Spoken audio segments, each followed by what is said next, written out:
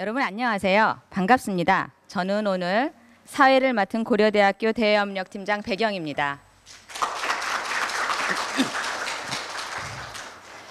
KU 프라이드 클럽 수요 건강 포럼에서 여러분을 뵌 지 벌써 이번이 3번째입니다. 우울증 극복이라는 주제로 3월에 찾아뵈었고 4월은 맞춤형 폐암 수술과 폐 건강 관리에 대해서 알아봤는데요. 오늘은 피부 관리에 대한 내용을 준비했습니다. 어린아이들한테 특히나 무서운 아토피 다들 들어보셨지요? 한국인들의 무관심 속에서 점점 그 발생 빈도가 증가하고 있다는 피부암에 대해서 알아보도록 하겠습니다. 여성들은 물론이거니와 20대에 깨끗하고 건강한 피부를 원하는 남성분들 많으시죠?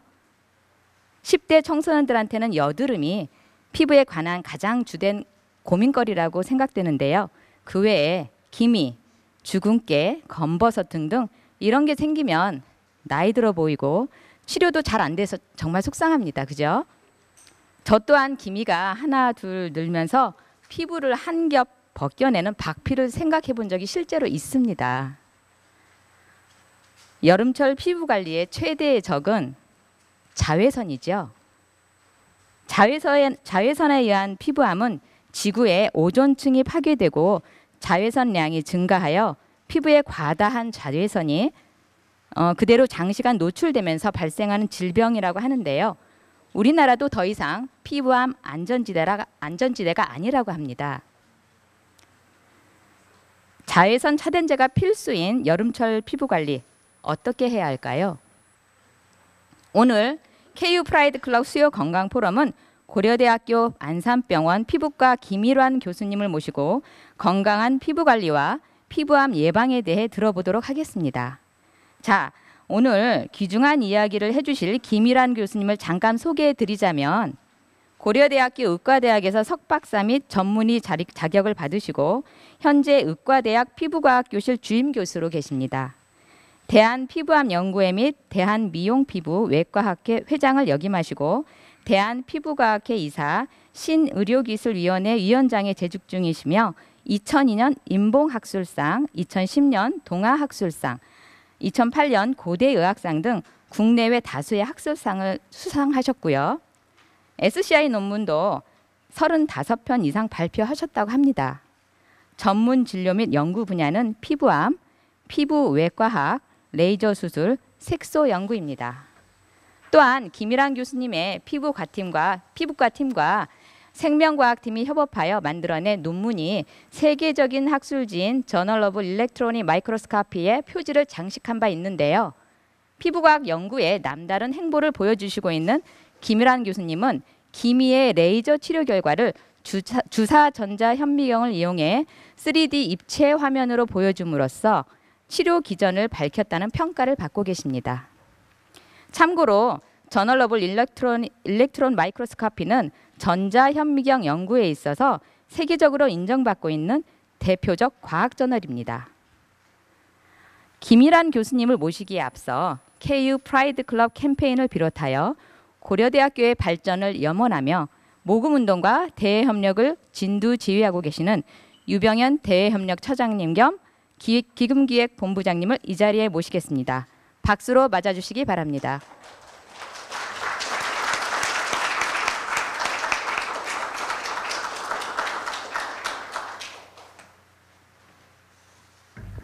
네, 반갑습니다. 대외협력처장 유병현 교수입니다. 제가 이 법학전문대학원 교수인데요. 여기 또 법학관에서 이렇게 강연을 열게 돼서 좀 감회가 남다른 것 같습니다. 여러분들 안산병원 잘 아시나요? 안산병원 피부과가 안암병원 피부과보다 크다는 사실 아신가요? 잘 모르시죠? 우리 고려대학교가 병원이 3개가 있는데 안암, 구로, 안산이 있죠. 구로병원과 안산병원은 서독차관으로 지어졌는데 사실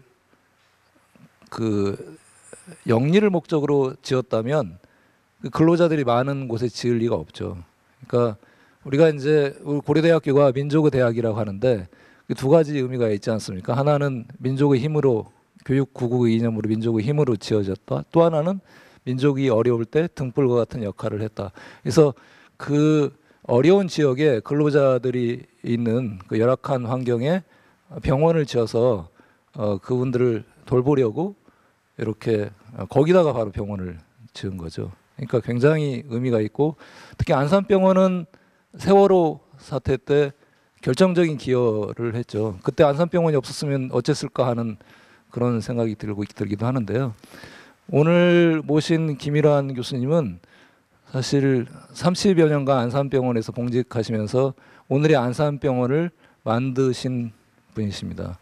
그래서 그 피부암에 대해서는 자타가 공인하는 세계적인 권위자이세요. 그래서 거기서 여기까지 이렇게 먼 길을 오셨는데요. 사실은 교수님이 강연을 여기서 이렇게 하시는 게 여러 가지 의미가 있는 게, 우리 병원이 상계병원, 그중에 안산병원의 위상을 우리 교우분들 또는 기부자분들께서 이렇게 한번 생각하시는 그런 계기가 되지 않나, 강연을 하시는 것 자체로. 그런 점에서 큰 또 의미가 있다고 생각합니다. 오늘 이렇게 먼 길 오셔서 또 우리 고려대학교 기부자분들을 위해서 훌륭한 강의를 해주실 우리 김일환 교수님, 뜨거운 박수로 환영해 주시기 바랍니다.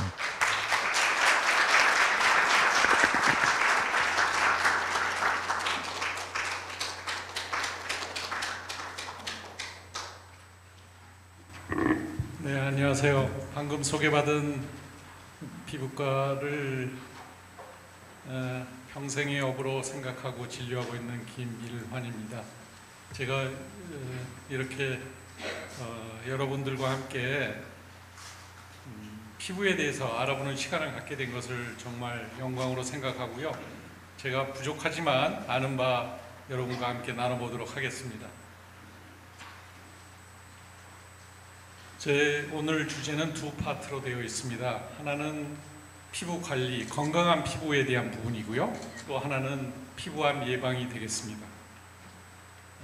여기 오신 모든 분들이 오늘 이 강의를 통해서, 또 이 시간을 통해서 피부를 이해하게 되고, 피부를 이해하게 된다는 의미가 건강한 피부를 관리하기 위한 것이고, 그렇게 이해를 통해서 떠나가신 후에 앞으로의 인생이 더 풍요롭게 되고 즐거운 행복한 해피 라이프가 되기를 기대합니다. 그래서 먼저 피부 건강 관리를 위해서 알아야 될 사항과, 또 우리가 내 피부가 뭔가를 알아야, 나를 알아야죠. 나를 아는 게 제일 중요한 일이고 제일 어려운 일이지 않습니까? 그래서 그 부분에 중점을 두고 준비를 했습니다. 저는 피부과학의 정의이고요. 이거는 그러니까 머리 끝부터 발끝까지 나타나는 모든 부분을 연구하는 분야가 피부과학입니다. 아시다시피 눈에 보이는 부분이기 때문에 가시 분야, 가시학문이라고 하는데요. 눈에 보이는 부분이 여러분 생각에 눈의 점막도 눈에 보이니까 피부과의 영역에 들어가고요. 입도 아 하고 벌리면 보이니까 입 속에 있는 것도 피부과에 들어갑니다.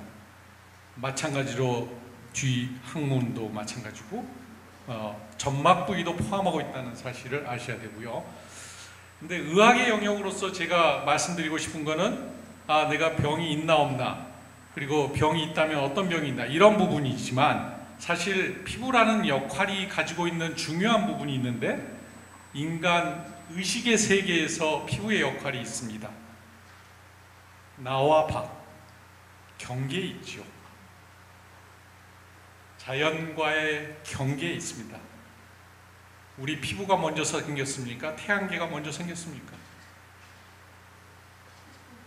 의식의 형성과 진화의 전선에 있는 분. 제가 대학 다닐 때 사진반을 했는데요. 제가 그때 작품을 하나 만들었습니다. 제가 만든 작품은 창경궁 담벼락에 걸려있는 나무에 걸린 전화기, 잘린 전화기였어요. 그거를 사진을 찍어서 제가 예과 때 작품을 낸 적이 있는데, 그때 제 제목은 경계라고 지었었습니다. 근데 제가 피부과 할 줄은 몰랐어요. 근데 피부과가 바로 그 경계의 학문입니다. 인터페이스. 근데 놀랍게도 여러분, 피부는 뇌와 연결되어 있습니다. 믿어지시나요? 믿기 어렵죠? 태어날 때부터 우리 발생학적으로 세 개로 나눠지거든요. 외배역, 중배역, 내배역. 거기에 따라서 다 생기는 구조물이 다르죠. 그런데 외배역이란 뉴로액토돔이라고 하는 건데, 뇌의 신경과 같이 조상이 같아요. 피부, 모발 다 조상이 같습니다. 뇌의 신경하고. 그 부분이 매우 중요한 겁니다. 피부과 전 좋아합니다. 왜냐고요? 보고 알 수 있잖아요. 딱 보면 알 수 있는데요. 뭐 환자, 제가 처음 진료할 때는 문 열고 들어오면 잘 몰랐죠. 지금은 문 열고 들어오면 대강 느낌이 옵니다.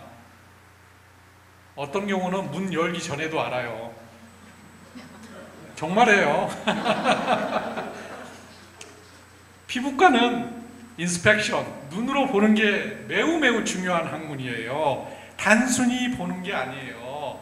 관찰하는 것도 아닙니다. 그 안에 들어있는 걸 깨우치는 학문입니다. 제가 보는 게, 말씀드렸죠? 눈으로 보는 게 다가 아니고 뇌와 연결되어 있다고 말씀드렸습니다. 그래서 너무너무 좋아합니다.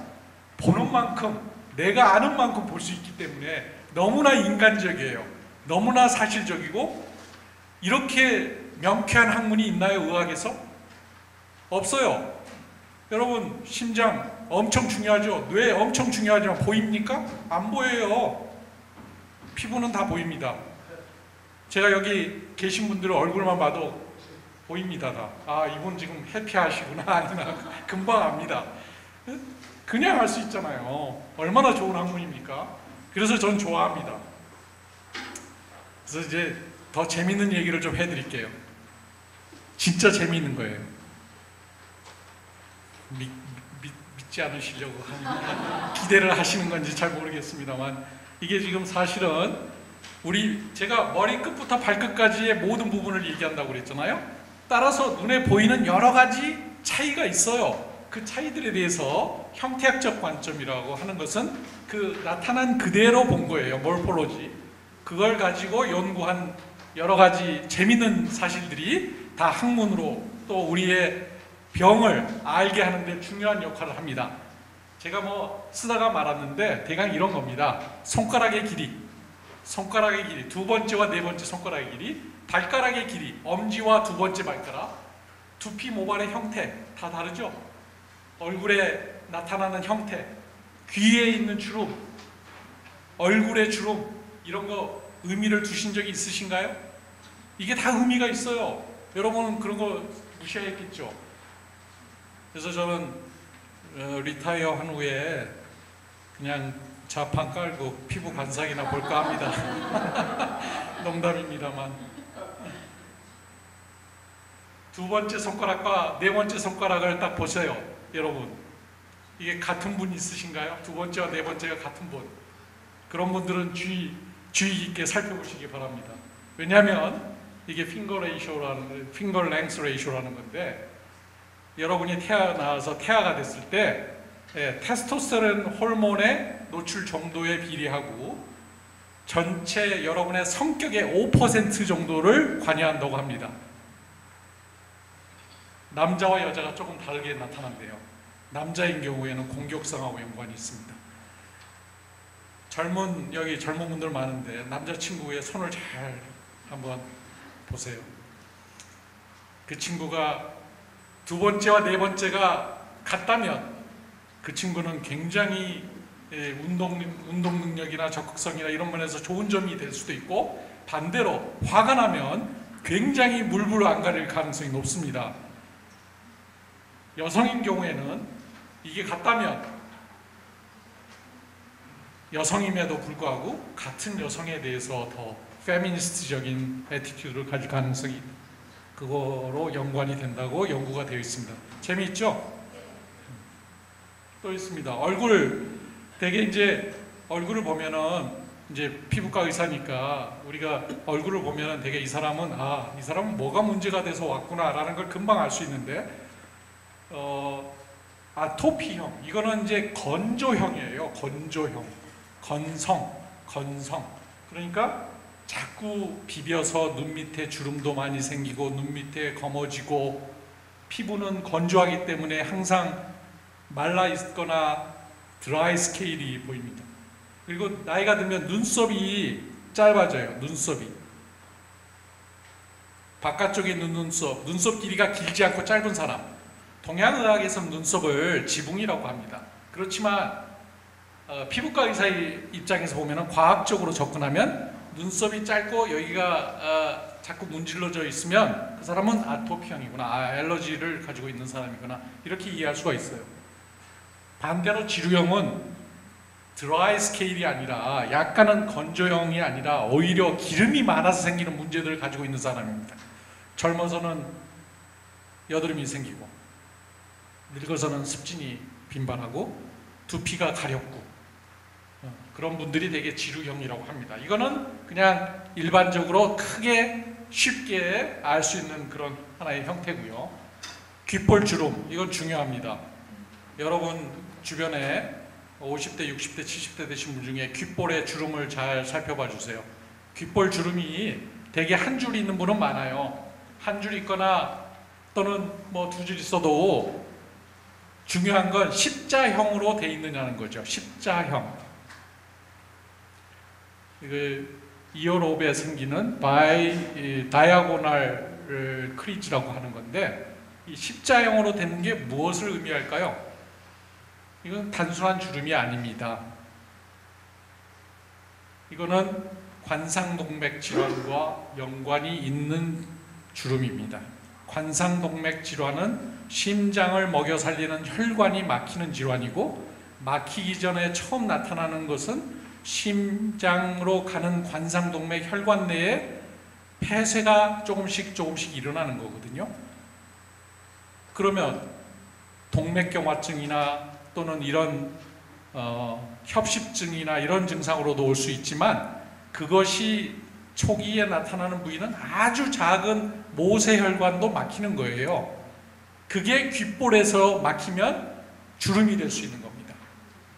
그러니까 이게 예측하는 가치가 85%, 89% 이렇게 되기 때문에 굉장히 높은 early sign일 수 있어요. 조기에 발견될 수 있는 중요한 사인이니까 여러분 주변에 혹시 귓볼을 좀 보자고 그래가지고 왜 그러냐고 자꾸 그러면 나중에 얘기해 주시고 귓볼을 먼저 만져보세요.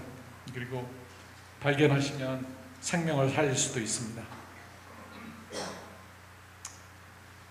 얼굴에 주름이 특별히 잘 생기는 분이 있나요? 그런 가족력이 있나요? 이분들은 반드시 폐 기능을 체크해 봐야 됩니다. 그리고 그런 분들은 흡연을 하시면 안 돼요. 흡연을 하시면 주름이 더 많아집니다. 폐 기능이 더 나빠집니다. 아시겠죠? 주름을 깊이에 따라서 6단계로 나눌 수도 있어요. 그렇지만 우리가 얘기하는 중요한 거는 주름이라는 게 일반적으로는 표정에 따라서 직각으로 생기는 거기 때문에 이마에 주름이 생기는 나이가 되게 50대죠. 50대. 그런데 이렇게 자연적으로 생기는 주름은 되게 우리가 눈을 뜨는 거와 직각으로 생기니까 옆으로 생기겠죠. 위아래로 근육이 움직이니까. 마찬가지로 눈가의 주름, 입가의 주름 다 마찬가지인데, 여기서 얘기하는 더 많이 생기는 주름의 형태는 좀 더 깊고 많이 생깁니다. 어쨌든 제가 말씀드리려고 하는 점은 금연, 또 하나는 폐 기능입니다.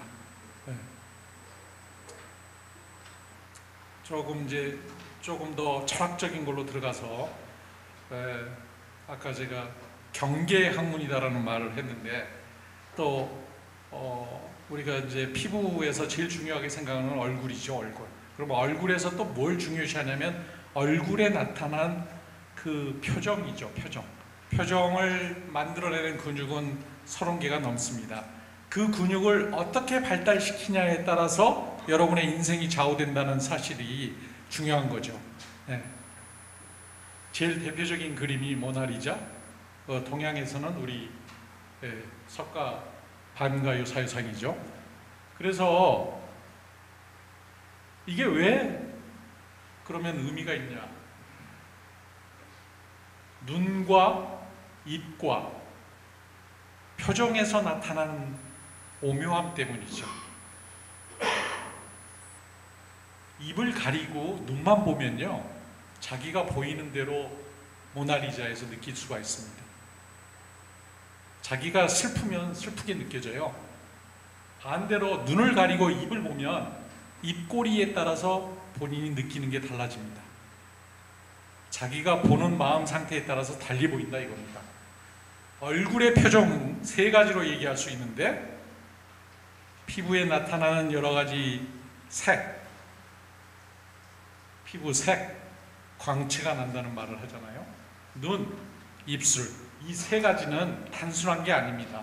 삶의 지문과 향기가 묻어나는 거예요.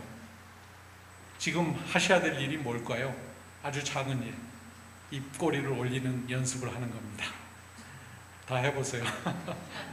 40세 이후에 그 사람이 인생이 담긴 표정이 나온다고 합니다.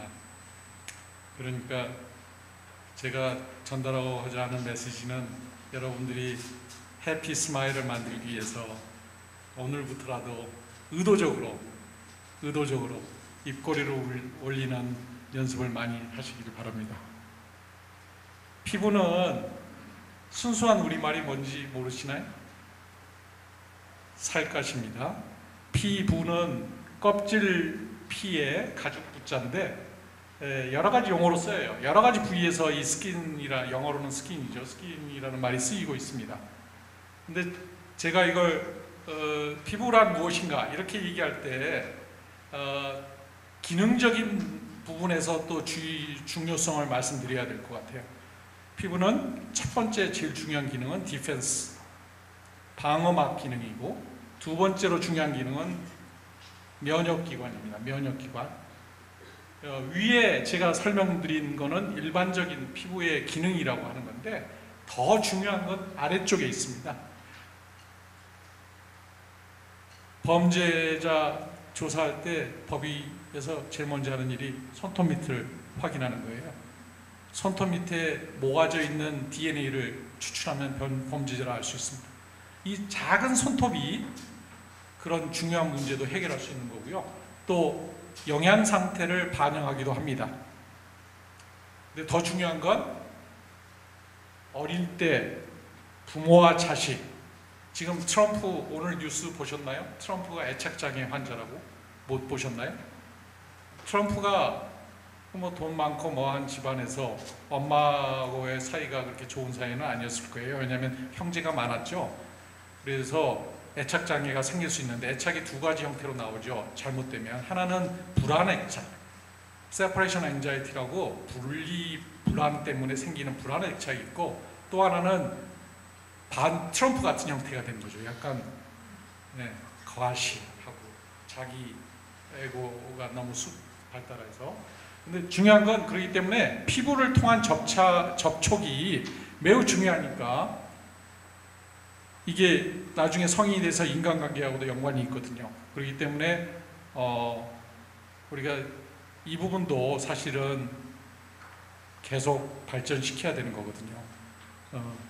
나이가 들면 저도 뭐 요즘에는 제 처하고도 같이 이렇게 손을 잡아본 지가 언제였는지 그럴 정도로 자꾸 잡기가 어렵고, 더군다나 뺨을 부딪히거나 이런 적은 정말 드물어지고 있는데, 여러분들은 더 노력해 주시기 바랍니다.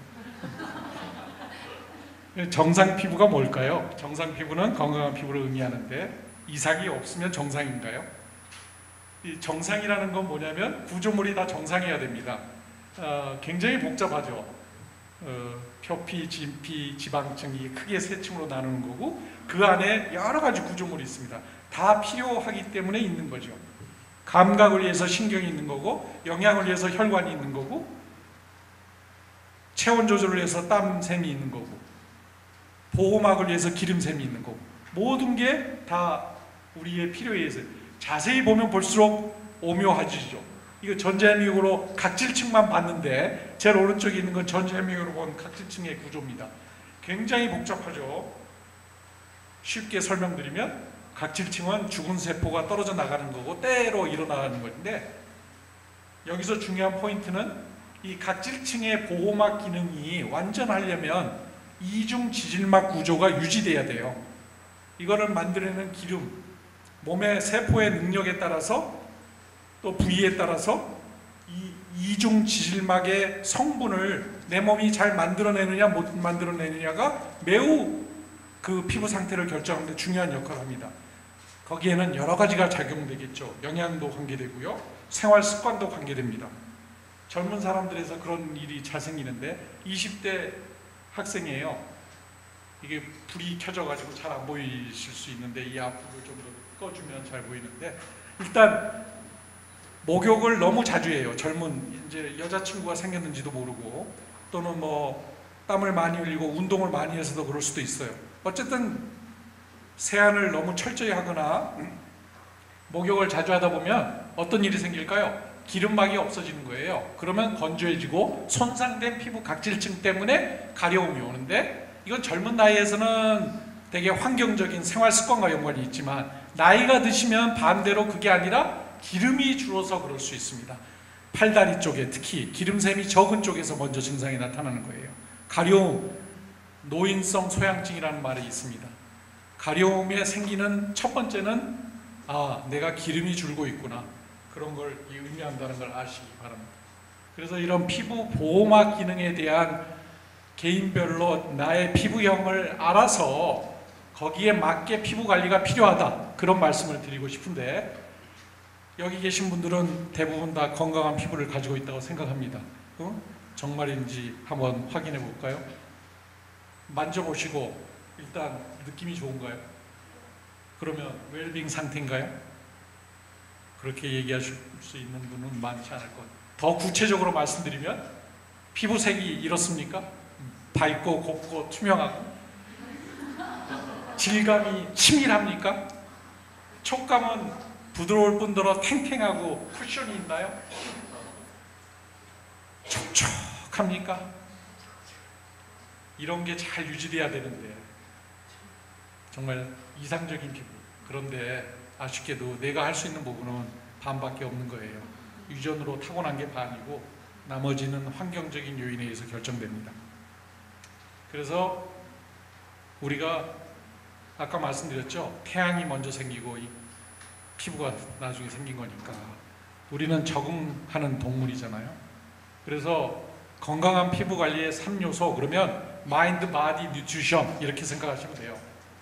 그래서 지금부터 제가 말씀드리려고 은, 그러니까 피부 유형별 피부 관리를 해야 된다는 포인트를 두고 말씀드리려고 하는 거고, 내가 피부에 질환이 있다 그러면 피부과 가서 상담을 하셔야 되는 거고, 건강한 피부다 그러면 내 피부형을 알아서 거기에 맞춰서 관리를 하셔야 되는 거죠. 여러 가지 방법에 자기 피부를 측정하는 방법이 있지만 제가 나눠드린 그 설문지에 그걸 이용해서 자가 평가를 하도록 하면 피부 유형을 알 수가 있습니다.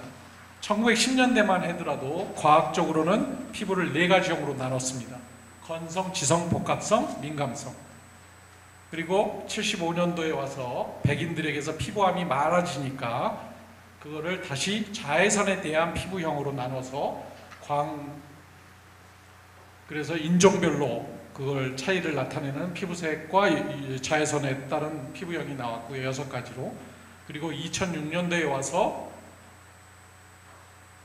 4가지 스펙트럼으로 16가지로 구별하게 됐습니다. 그러면 먼저 4가지형 빼고 6가지는 뭐냐면 우리나라 사람은 되게 3형에서 5형입니다. 3에서 5. 왜냐하면 우리는 유전적으로 가지고 있는 멜라닌 만들어내는 세포가 멜라닌을 잘 만들어줘요. 그렇기 때문에 멜라닌이 충분합니다. 그렇기 때문에 3형부터 5형에 되게 있습니다. 백인은 그걸 잘 못 만들어요. 잘 못 만들 뿐더러 이상하게 만들어요. 부족하게. 그러니까 어떻게 됩니까? 자외선에 민감해져요. 화상을 잘 입고 따라서 피부암의 위험이 높아진다. 이게 개념을 가지셔야 될 것 중에 하나입니다.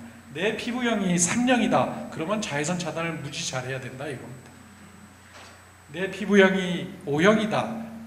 이미 본인이 가지고 있는 피부형으로 자외선 차단제 15 정도를 가지고 있다고 생각하시면 됩니다. 16가지로 좀 더 세분화한 최근의 피부형 분류법은 4가지를 기본으로 합니다. 건성인가, 지성인가, 민감성인가, 저항성인가, 색소성인가, 색소가 잘 생기는 형인가, 주름이 잘 생기는가, 이거입니다. 그러면 이 콤비네이션을 하면은 16가지가 나옵니다.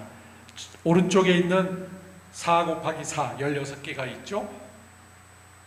이런 형태가 이제 이걸 개발하신 바우만이라는 의사의 스킨 타입이라고 부르고, 이 스킨 타입에 따라서 이제 이 자가 평가 설문지를 통해서 여러분이 거기에 맞는 관리를 하자, 이런 게 이제 16가지 피부형의 의미가 있는 것입니다.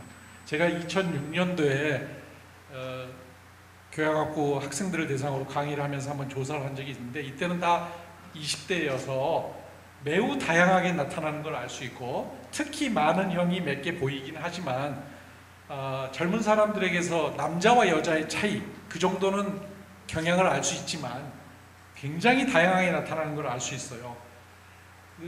최근에 이제 우리나라에서 연구 대상을 넓히고, 그리고 1000명을 상대로, 모든 지역을 상대로 이걸 조사를 해봤습니다.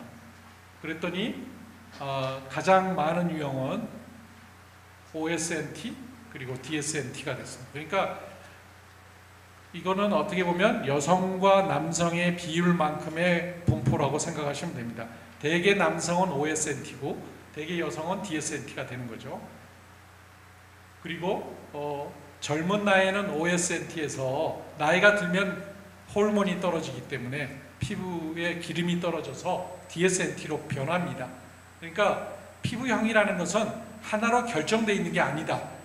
그리고 제가 여기서 말씀드리려고 하는 것은 유전적으로 결정되어 있는 부분이 있지만 또 환경적인 요인에 따라서 조금 민감도가 달라질 수도 있는 점도 있기 때문에 이게 결정론은 아닙니다. 16가지로 유형으로 나눌 수 있다는 것 뿐이에요.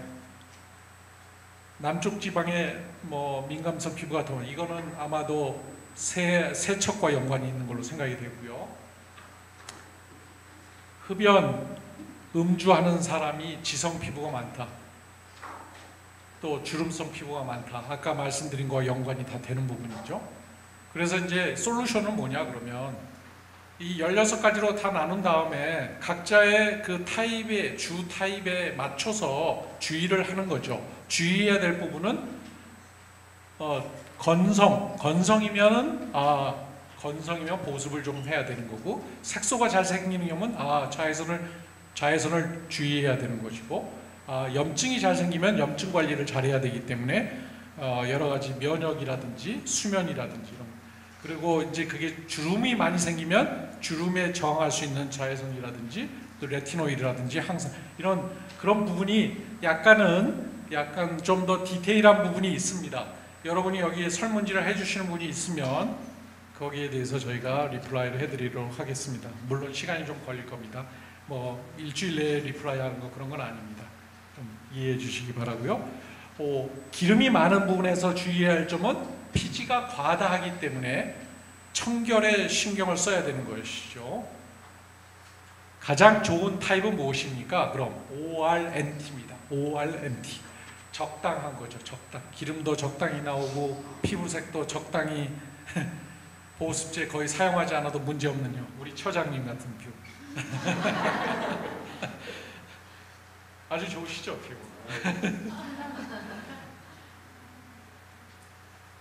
건조할수록 보습에 신경을 써야 되는 것이고, 그렇지만 과한 세안제를 쓰지는 않아야 되는 것이고, 식생활과 생활습관 이 부분은 뒤에서 또 말씀드리겠습니다. 그래서 정리를 하면 건성 지성에서는 보습은 건성에서, 청결은 지성에서, 그리고 민감하지 않도록 만들어야 되고 이게 건성지성이 왔다 갔다 할 수 있습니다. 환경에 따라서요. 민감성 피부에서는 자극을 최소화하는 보습을 하는 게 중요하고요. 자기에게 맞는 보습제나 비누나 이런 걸 사용해야 돼요. 민감성 피부는. 색소성은 자외선 차단이 기본입니다. 자외선 차단은 젊어서 해야 돼요. 10대 때 자외선 차단을 잘하면 얼굴 피부가 하얗게 그냥 갑니다. 네. 주름은 어떻게 할 수가 없죠. 늙는 거 막을 수 있는 방법이 있나요? 단지 조금 개선을 시킬 수는 있습니다. 그래서 요약을 하면 이런 식으로 우리가 피부의 기능을 보호할 것이냐, 회복시킬 것이냐, 개선시킬 것이냐, 유지시킬 것이냐 이런 관점으로 생각을 하시면 피부 관리는 다 된다고 생각합니다. 여기 제가 아까 말씀드린 것 중에서 한 가지 더 붙이자면 기능을 유지하는 데 있어서 40대, 50대가 되면은 역시 뭐 먹는 약이 많아지죠. 여기서도 권하는 게 기능성 식품에 대한 부분입니다. 비타민을 먹고 싶지 않으면 기능성 식품을 본인이 만들어서 먹어야 되는데 대표적인 게 대한민국 음식 중에는 청국장입니다. 청국장. 피부에 좋은 게 청국장이에요.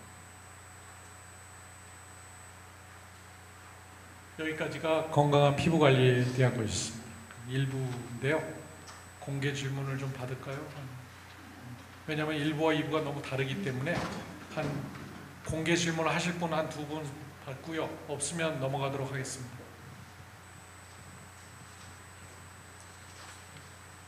질문 있으신 분은 손을 들어주십시오. 마이크를 드리겠습니다.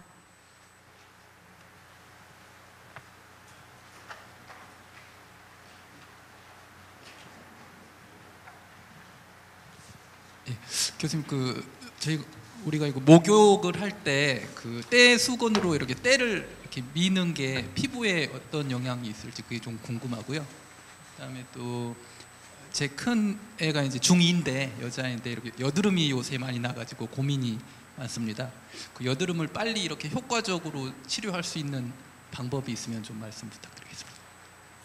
네, 여기는 이제 피부과 진료실이 아니기 때문에 제가 일단 때 문제는 아까 말씀드린 것처럼 장벽 기능이 얼마나 튼튼하냐와 연관이 있고 어느 부위를 얼마나 세게 밀 거냐와 또 연관이 있어요. 때라는 거는 죽어서 나가는 각질 세포거든요. 그러니까 때는 당연히 벗겨져 나가는 겁니다. 그런데 자연스럽고 부드럽게 제거하는 거는 전혀 문제가 안 됩니다. 그런데 이태리 타월, 우리는 이태리 타월이라고 우리 세대는 그렇게 이태리 타월로 때를 밀었던 시대가 있죠. 그 시대는 왜 이태리 타월로 썼을까요? 목욕을 자주 못했습니다. 목욕탕 가서 했거든요. 저 어렸을 때만 해도 집에. 그러니까 그런 때밀이라는 게 있었는데 여성분들 중에 과도한 때밀이를 하시는 분들이 있어요. 그거는 약간은 정서적이고 정신적인 부분이 있습니다. 시원한 것뿐더러 스트레스 해소가 되거든요. 자기 피부를 자기가 관리하면서 느끼는 만족도 있고요. 그러니까 과도한 때밀이는 저는 아니라고 생각하고 피부에는 안 좋다고 말씀드릴 수 있습니다. 그러니까 부드럽게 제거하시는 게 좋고요. 목욕을 특히 뭐 일주일에 3번 이상 하시는 분은 때밀이 특별히 필요치 않고 저절로 밀리는 데가 있잖아요. 손으로 밀면은 그 정도 선에서 만족하셔도 될 거라고 생각합니다. 중학생 여드름은 자연스러운 현상이죠. 걔가 성인이 됐다는 사인이잖아요. 호르몬이 지금 왕성하게 나오고 있고 당연히 지성이 지금 지성 상태가 됐으니까 청결에 신경을 쓰게 해줘야 돼요. 기름이 많이 나온 물을 비누로 하루에 3번씩 세척을 시키거나 그게 호르몬이 많이 나오지 않게 해줘야 되는데 호르몬이 과도하게 많이 나오는 조건은 뭐냐면 스트레스를 주는 겁니다. 아빠가 공부하라고 얘기하는 거, 얘가 핸드폰 보면서 잠을 못 자는 거, 밤늦게 그거 수면 사이클이 무너지면 스트레스 호르몬 많이 나오고 피지선이 자극을 받습니다. 반은 유전이거든요. 호르몬을 결정하는 건 유전입니다. 유전에 의해서 기름이 많이 나오고 여드름이 생기는 게 결정되어 있기 때문에 그 시기를 현명하게 잘 넘길 수 있는 생활 습관을 고쳐주는 게 중요하고 필요하면 뭐 약을 좀 쓸 수 있습니다. 좋은 약들이 많고요. 바르기만 하면 되니까 그런 애들은. 충분한 대답이 됐나요? 네, 이쪽.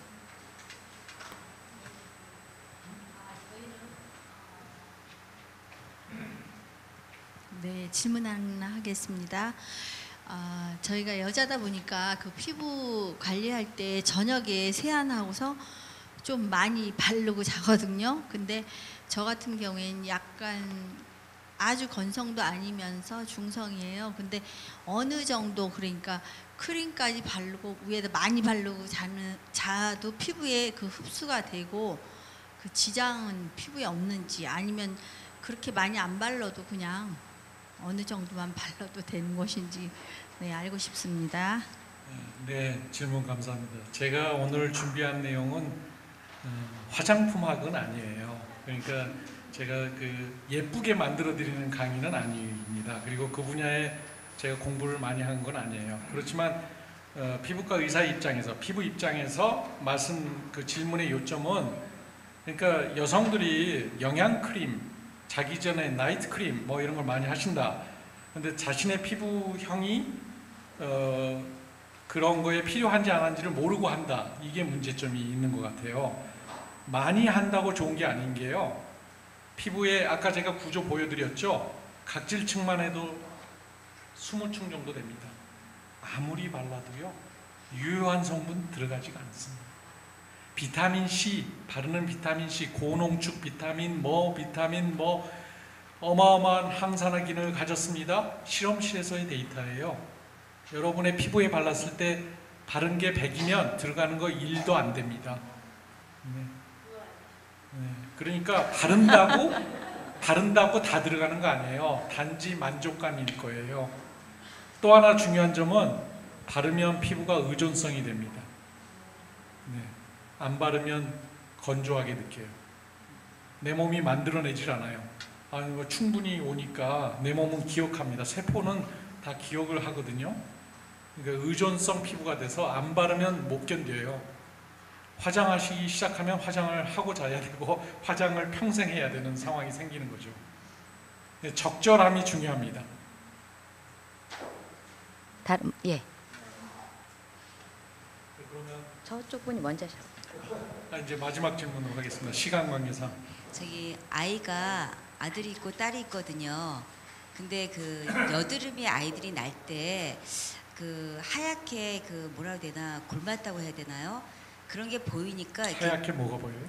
여드름이 왜 하얗게 골맞다고 해야 되나요? 네. 그렇게 하얀 게 보기가 싫어서 제가 이렇게 짜주는데 짜고 나면 그게 점이 되는 것 같기도 하고 굉장히 오래 가는 것 같아서 짜주는 게 현명한 건지 그냥 내버려두는 게 현명한 건지 잘 모르겠습니다. 네, 중요한 질문인데 여드름의 발생, 여드름이 이제 성숙해서 진짜 여드름까지 되는 과정이 시작은 모공이 막히는 거거든요. 그러니까 모공이 막히기 전에 세안을 철저히 하거나 예측을 해서 미리 조치를 하면은 여드름이 되질 않아요. 근데 그게 마이크로 코메돈이라는 겁니다. 코메돈, 면포라고 우리나라 말고 미세 면포라는 게 지금 말씀하시는 것처럼 뭔가 노랗게 들어있는 것처럼 그 부분을 짜면 아주 부드럽게 기술적으로 잘 짜면 흉터도 안 생기고 염증도 유발하지 않는데 거의 애를 잡듯이 아프다 그러면 참어 그러면서 막 손으로 짜기도 하고 면봉으로 짜기도 하고 그러다 보면 그게 속으로 터질 수가 있어요. 그러면 속에서 터지면 염증 생기고 흉터 생깁니다. 그래서 저는 어느 정도 오는 여드름 환자 피부과에서 거의 짜질 않습니다. 약으로 바르는 약으로 충분히 되는 거거든요. 그러면 자연적으로 턴오버가 됩니다. 떨어져 나갑니다. 청결하고 필요한 조치만 해도 충분합니다. 완전히 표면보다 올라올 때는 짜서 가볍게 짜는 건 문제가 없는데 표면하고 거의 똑같거나 밑에 있는 거를 짜가지고 엄마의 스트레스에서 좀 아니 제가 너무 과했네. 이 정도 하고 다음으로 넘어갔습니다. 2부는 이제 피부암에 대한 얘기를 말씀드리려고 하는데요. 여기 계신 분들은 대부분 피부 건강 관리는 잘하고 계시는데 걱정이 있다면 피부암, 저는 피부니까 피부암에 안 걸렸으면 좋겠다. 그래서 피부암에 대해서 제가 이런 순서대로 얘기를 하도록 하겠습니다. 퀴즈가 들어있습니다. 퀴즈에 패스를 못하시면 여기 나가시지 못합니다. 이게 1, 2, 3, 4, 5, 6이 있잖아요. 이게 악성 종양이 어떤 걸까요? 크기가 크고 개수가 많고 뭐 그런 것만 악성일까요? 그렇지 않습니다. 여기서 악성은 이게 악성이고요. 여기 이건 물론 악성이죠.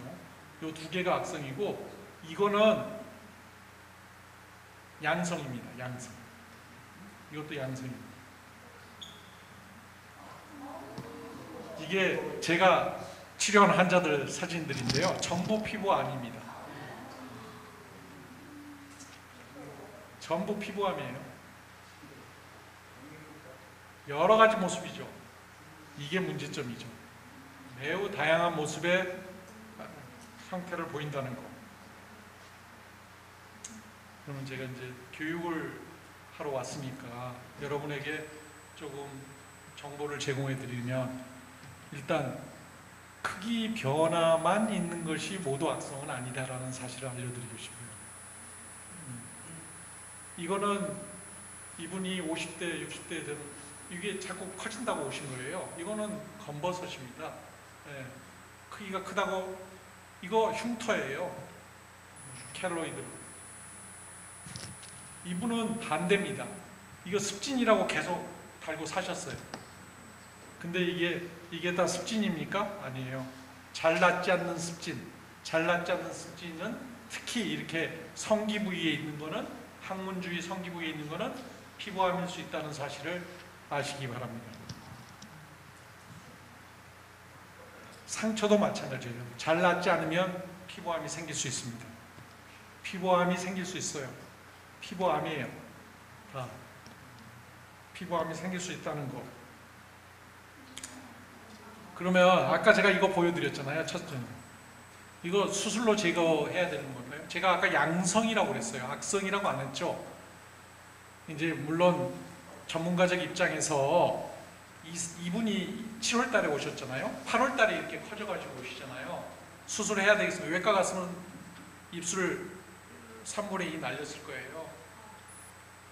제가 항암제 주사를 시도해가지고 보시다시피 낫게 했습니다.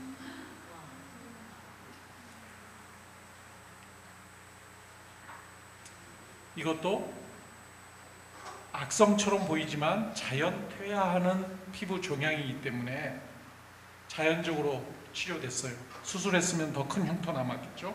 나이가 젊은데.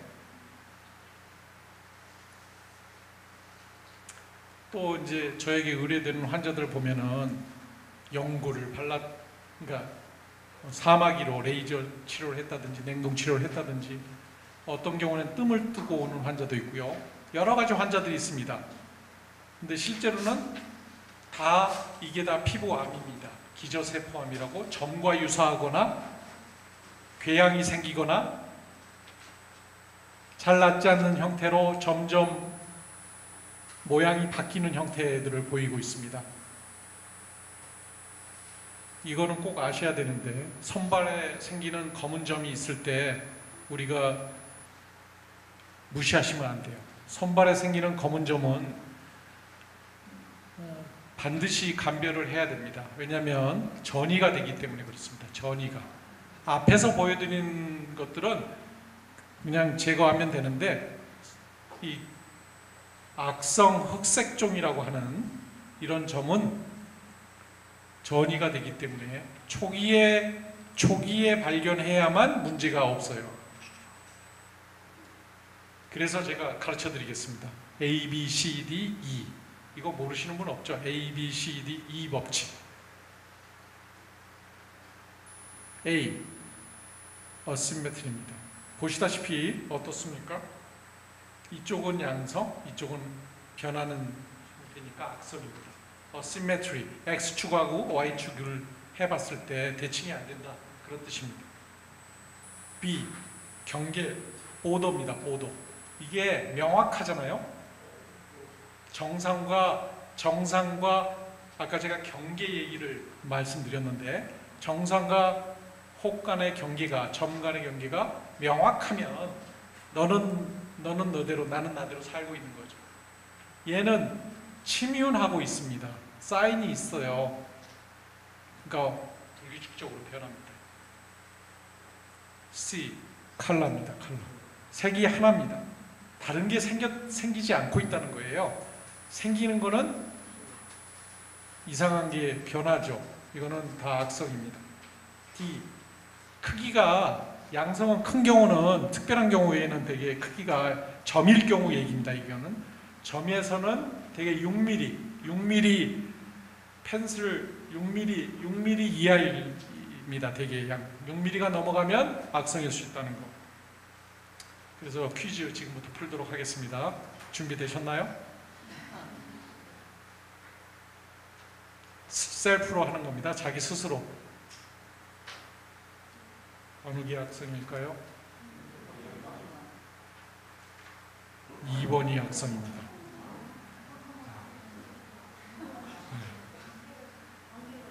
이 경계 이 경계가 명확한 거예요. 근데 중요한 게 이게 이제 아까 A, B, C, D는 점에서 적용하는 이론이고 이거는 이제 제가 모든 피부암을 포함했기 때문에 그것만이 전부는 아닙니다. 그래서 그냥 잘 어렵다는 거 말씀드리려고 퀴즈 나왔으니까 맞추려고 노력 안 하셔도 됩니다. 그러면 이거는 양성일까요? 악성일까요? 이게 점이죠 거의. 그런데 이게 지금 악성이거든요 사실은. 우리나라 사람의 중년의 남성에서 태양의 노출 부위에 뭔가 점같이 생겼는데 자세히 보면은 점하고 조금 달라요. 약간 올라와 있고 만져봐도 뭔가 만져지는 게 뚜렷하고 항상 피부과 전문의를 찾아서 상담을 하셔야 돼요. 점이냐 아니냐. 이거는 입술에 생긴 겁니다. 양성일까요? 악성일까요? 애매하죠?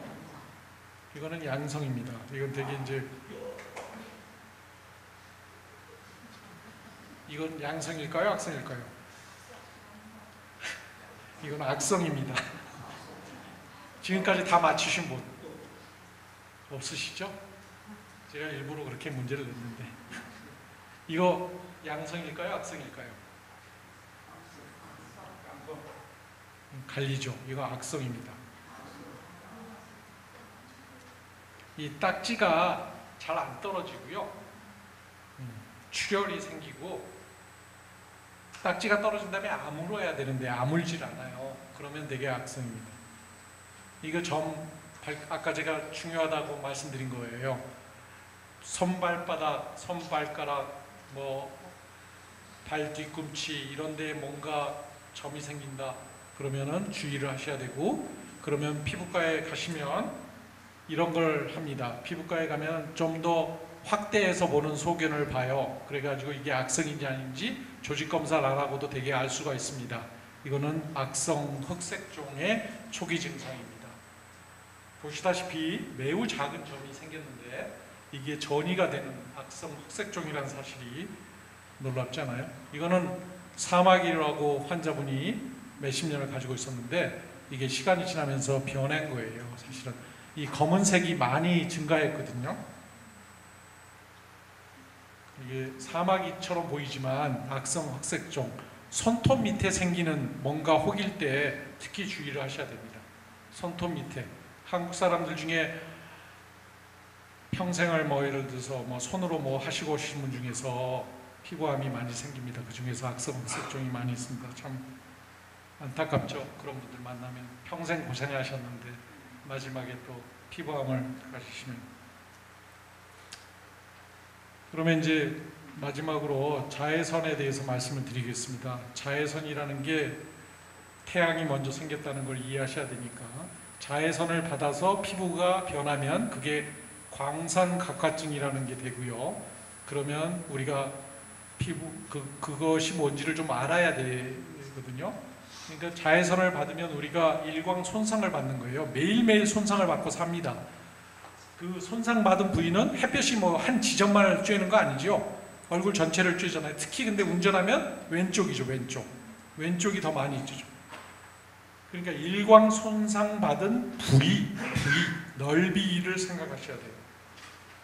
그래서 그 넓은 부위에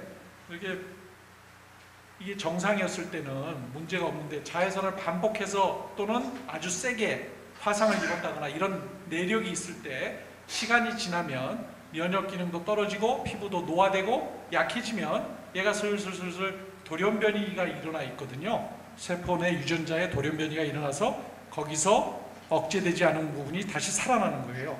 계속 증식하죠. 증식하면은 뭔가 이상한 게 느껴지는데 그게 각화, 거칠거칠하게 되는 거고요. 이게 이제 피부 밑에 정상일 때와 다르게 변성이 된 이상한 것들이 이제 모이기 시작해요. 그래서 같이 상호작용을 하면서 이게 이런 식으로 되는 거죠. 피부암은 증식하는 병입니다. 계속. 그래서 광선에 의해서 생기는 거기 때문에 광선각화증이라고 하고요. 우리나라 환자들 이거 옛날 데이터긴 하지만 지금 10,000명 이상으로 12,000명 이렇게 1년에 생기고요. 나이가 드는 지금 고령화, 초고령화로 가고 있죠. 그래서 계속 증가하고 있습니다. 그래서 일단 중요한 건 진단은 촉진입니다. 촉진. 얼굴을 만져봤을 때 거칠거칠한 게 있다. 그러면 반드시 체크를 해봐야 됩니다. 건조하고 유착이 된 인설이라는 말이 때처럼 일어나서 벗겨져서 없어져야 되는데 그게 아니고 벗기기가 어려워요. 아파가지고 뛸 수가 없습니다. 아프고. 그러면 만져봤을 때 벌써 어디히런스 붙어있다는 걸 살아있는 밑에와 연결되어 있는 거예요. 그래서 아주 적극적으로 뭐 여기 젊으신 분들은 부모님이 오시면 얼굴 한번 만져보세요. 깜짝 놀라시겠지. 예? 이걸 다 만져보세요. 그러면 혹시 발견할 수 있을지도 모릅니다. 우리나라의 광선각화증 특징이 대부분 늦게 옵니다. 우리나라 피부암의 특징하고 똑같아요. 늦게 와요, 환자들이. 늦게 오기 때문에 어떻게 되냐면 1기가 아니라 0기, 1기가 아니라 2기, 3기 환자가 많아요. 그게 문제점이에요. 최근에 이제 저희가 피부암 학회도 만들고 뭐 좀 됐습니다만 계몽, 홍보 이런 걸 많이 해가지고 요즘에는 뭐 손톱에 줄이 가거나 점이 생긴 환자들이 많이 오면서 굉장히 많이 이제 교육이 됐다고 생각합니다. 그럼에도 나이가 드신 분들은 아직 많이 늦게 옵니다. 그러니까 조기에 발견하는 게 최선이라는 걸 말씀을 드리고 싶고요. 그러기 위해서는 피부는 초기에 적극적으로 만져봐야 됩니다. 제가 치료 중에 조금 말씀을 드리면 50대 대개는 한 군데 생겨요. 50대에는 콧등에 딱 하나 있었죠. 바르는 면역 조절제로 치료했던 케이스입니다. 깨끗하게 나았죠. 초기에 치료하면 깨끗하게 잘 낫습니다. 60대 여러 개 생겼죠. 엄청 많이 생기죠. 특히 오른쪽 왼쪽 이분의 경우에 무슨 직업이 뭐였는지 모르지만 대개 직업과 연관이 높고요. 굉장히 많이 생긴 걸 알 수 있고요.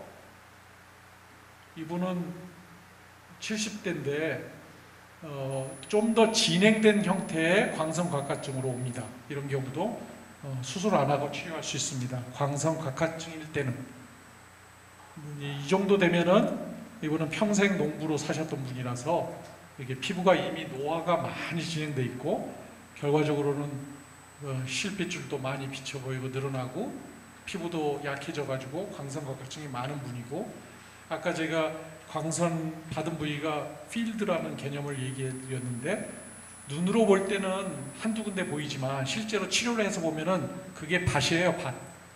계속 초기에 치료해야 된다는 걸 말씀드리고 싶고요. 90 다 되신 분들은 훨씬 더 심하게 됩니다.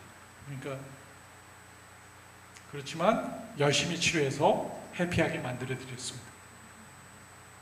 이제 정리를 하겠습니다. 그래서 이제 건강한 피부 관리를 위해서 또 피부암을 예방하고 노화를 좀 더 덜 나오게 하기 위해서 예방을 하기 위해서 우리가 해야 될 어떤 생활 습관적인 부분에서 중요한 거는 첫 번째가 식사, 뉴트리션입니다. 뉴트리션.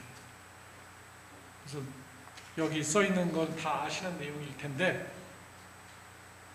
단백질 섭취라든지 필수 지방산 섭취라든지 채소, 항산화제와 관계되니까 물이라든지 수면 이런 게 중요하고요.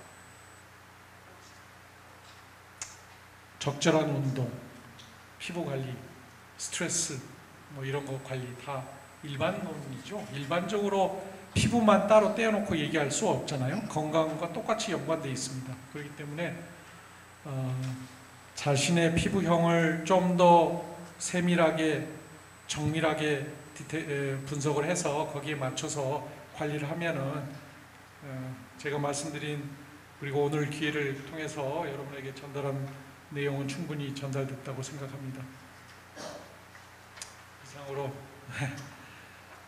2부 강의를 마치고 질문이나 뭐 질문을 좀 받고. 네, 질문 받겠습니다.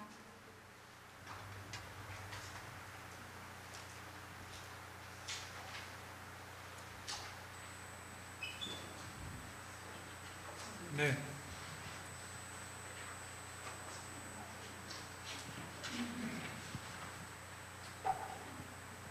그 점이 그 자외선을 많이 받는 부위에 자주 생긴다고 들었는데 혹시 그 자외선을 많이 받는 그 얼굴이나 팔 이런 데가 아니고 등이나 막 이런 몸 같은 데 점이 좀 나는 경우면 혹시 건강에 좀 이상이 있는 건지 궁금해요. 네, 점이 자외선과 연관이 있습니다. 그래서 서양인의 데이터이긴 하지만 몸에 점을 다 세어봤을 때 20개가 넘어가면 자외선 손상, 피부형이 제가 아까 피부형 6가지 얘기했죠. 피부형 1형, 2형인 경우에는 점수가 20개가 넘어가면 의미가 있어요. 근데 우리나라 데이터는 없어요. 제 생각하기에 말씀하신 질문의 포인트는 노출 부위보다 몸에 많은 점이 생긴다. 그거는 젊어서, 이 점이라는 게 시간을 두고 생기는 거거든요.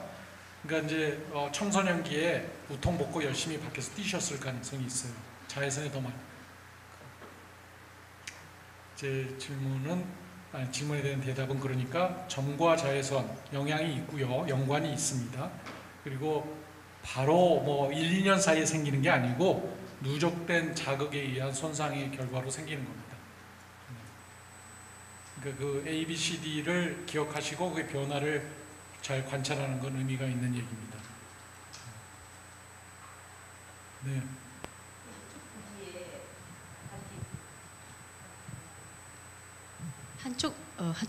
한쪽 이쪽에 왼쪽 부위에 이렇게 뭐 알맹이처럼 이렇게 막 자꾸 생기거든요. 그래서 그걸 제가 좀 약간 좀 보기 싫어서 제가 이렇게 뜯으면 피가 나기도 하고 안 뜯어지기도 하거든요. 그 원인이 뭘까요? 네, 대답을 해드려야 되겠죠. 노화입니다. 노화. 스킨 태그를 얘기하시거든요. 쥐젖이라고 그래요, 우리나라. 아, 진짜. 피부색이고 약간은 오돌도돌한데 또 달리기도 하죠. 조금 크기는 다 비슷비슷하고 자기 피부거든요. 노화와 연관된 변화입니다. 그게 이제 50대, 60대, 70대 점점 늘어나거든요. 미용적인 문제라고 생각하시고 귀찮으시거나 뭐 여기 자꾸 걸리면 레이저로 간단히 제거가 되니까 동네에 가셔서 하시면 됩니다. 네. 아까 질문하셨는데 또 하시게. 말씀에 의하면 피부암이 광선에 의한 게 제일 많은 것 같고요. 그 이외에도 다른 암처럼 식생활도 유전적인 면이랑 연관이 있나요? 왜냐하면 가끔요 그 얼굴에 검보라색에 막 이렇게 굉장히 막 많이 튀어나온 분들이 계시더라고요. 그래서 좀 마음이 좀 안타까우면서 저런 경우는 식생활에 의한 것일까 아니면 왜 저렇게 얼굴에 막 검보라색에 막 이렇게 막 그 울퉁불퉁 너무 많이 막 이렇게 주렁주렁 걸렸 두 분을 딱 봤어요. 그래서 갑자기 왜 저런 어떤 원인으로 저렇게 얼굴이 변할 수가 있을까 그런 생각이 들었거든요. 본인의 개인의 그 가족이나 그건 아니고 다른 사람이 얘기라서. 네, 그런데 대부분 이제 나이가 많으신 분이면 검버섯일 경우가 많고요. 검버섯. 정주영 얼굴 생각나세요? 정주영 유명한 정주영 전 그 돌아가신 분의 그 유명한 말이 있잖아요. 해봤어? 이런 얘기하시죠. 항상 현장에 있으셨잖아요. 자외선을 많이 보셨어요. 그러니까 나이 드셔서 검버섯이 그냥 얼굴에 다 깔려 있으셨죠. 대부분 검버섯이요.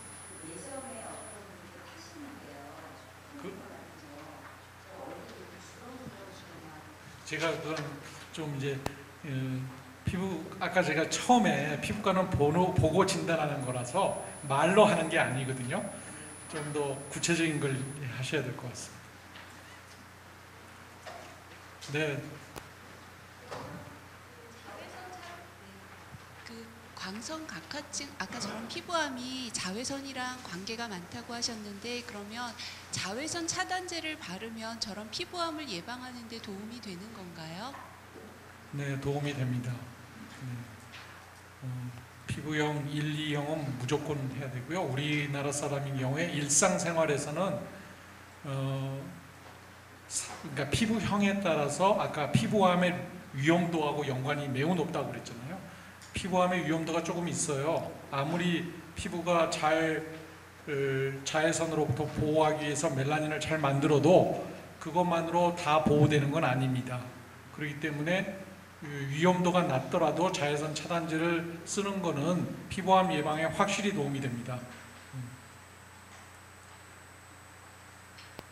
네. 교수님 혹시 빨간색 점은 어떤 걸 의미하는지 여쭤볼 수 있을까요? 잘 안 들렸어요. 검은색 점 말고요. 빨간색 점이 눈에 생기는 거는 너무 종류가 많아서 네. 사진을 보내주시면 말씀을 왜냐면 본인 얘기입니까? 빨간색 점에 대해서 알고 싶었던 거예요. 빨간색 점이라고 하는 그 빨간색은 벌써 혈관이거든요. 혈관이에요. 혈관에서 생기는 피부암도 있습니다. 그 매우 드물고요. 대부분은 대개 혈관종 증식근하되 그 자리에 되게 있는 거고 작은 거는 되게 이제 나이가 들면서 생기는 혈관종일 경우가 많고요. 사진을 좀 보내주시면 돼요. 자문을 해드리죠. 네.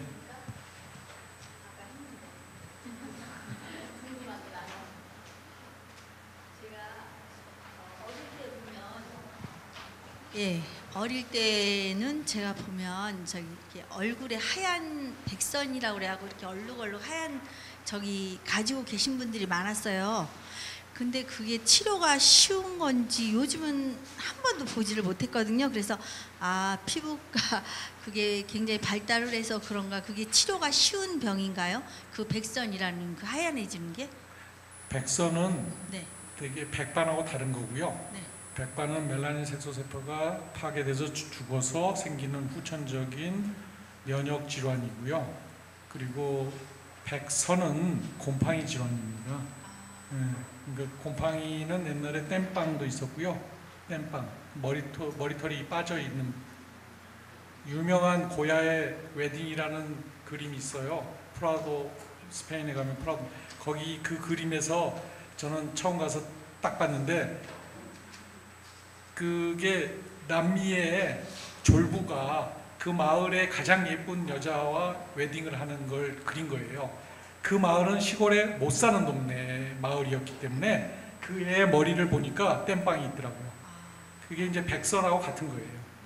곰팡이 질환이니까 당연히 완치가 되죠. 그래서 지금은 거의 없죠. 백선이 치료가 쉬운 겁니다. 요새 못 봤어요, 진짜. 2달 정도 치료하면 다 완치됩니다. 네, 알겠습니다. 네, 저쪽에 또 질문하실 분이시죠.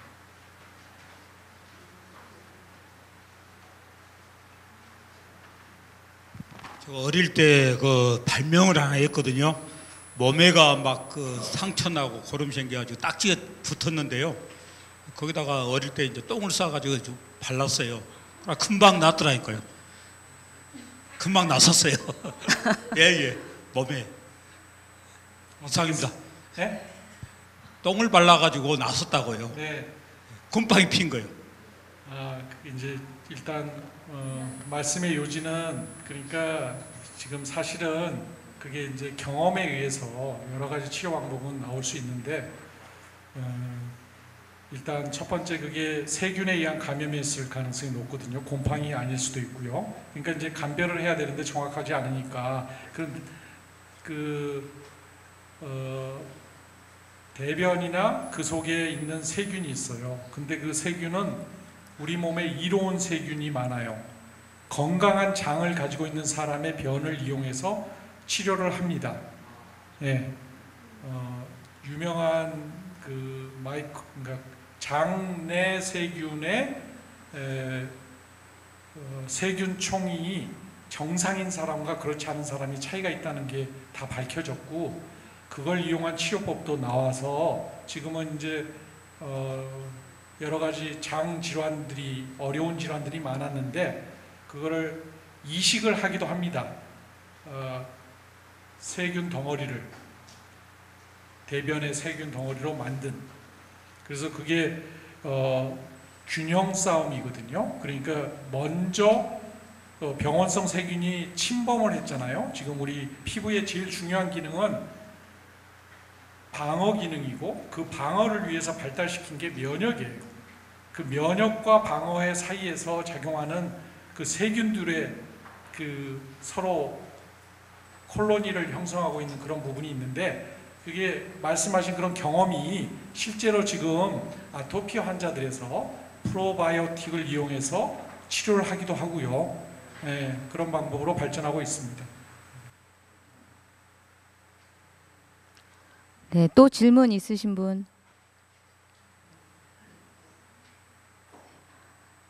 그러면 이상으로 질문이 없는 거. 예, 처장님.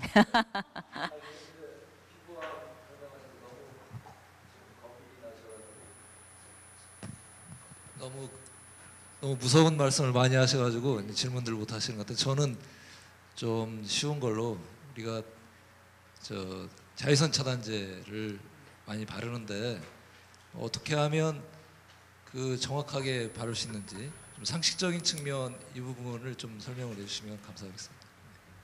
네, 자외선 차단제 중요합니다. 그런데 이제 저는 한국인에 맞는 자외선 차단제 사용법에 대한 그 팁을 드리자면, 일단 자기 피부형을 알아야 돼요. 그러니까 그리고 내가 뭘 목적으로 자외선 차단제를 쓸 것인가를 알아야 됩니다. 우리나라 사람 중에서 3월, 4월, 5월 이 스프링이죠. 3월이 스프링이죠. 스프링에 처음 햇볕에 나갔는데 한 1시간, 2시간 지났을 때 따갑다 벌써. 그런 분들은 자외선 차단제를 항상 하셔야 되는 분이고요. 아무렇지도 않다. 근데 얼마 지나지 않으니까 검어지더라. 그런 분들에게는 일상생활에서 자외선 차단제는 별 의미가 없습니다. 근데 야외에서 햇볕에 노출해서 오랫동안 일을 해야 하시는 분이거나, 또는 뭐 야외 운동을 오래 하신다, 뭐 이런 분들은 자외선 차단제가 필요하죠. 그러니까 자기 피부형이 3형인 사람은 반드시 해야 되고요. 5형인 사람은 자외선 차단제가 일상에서는 필요 없고 특별한 경우에만 하시면 되고, 사용 방법은 자외선 차단 지수가 있어요. 그 SPF, Sun Protection Factor라고, 그게 15부터 시작합니다. 15, 30, 50, 뭐 100 이렇게까지 있는데 목적에 맞춰서 적절한, 그러니까 대개는 30 이상이면 충분한 걸로 되어 있습니다. 그리고 거기에 PA 지수라는 게 또 있습니다. 자외선 A 차단 지수. 그거는 이제 우리나라 사람들은 더 염려하는 게 검어지는 걸 더 염려해요. 그렇기 때문에 특히 여성들은 아예 복면을 하잖아요, 이제는. 그러니까 왜냐하면 자외선 차단제가 유효하다면 복면하시지 않으시죠. 자외선 A는 차단하지 못하기 때문에 그래요. 그래서 이제 최근에는 자외선 차단 지수 중에 A 차단 지수를 PA 지수라고 하는데 거기에 보면 플러스가 하나, 둘, 셋, 넷 뭐 이렇게 있습니다.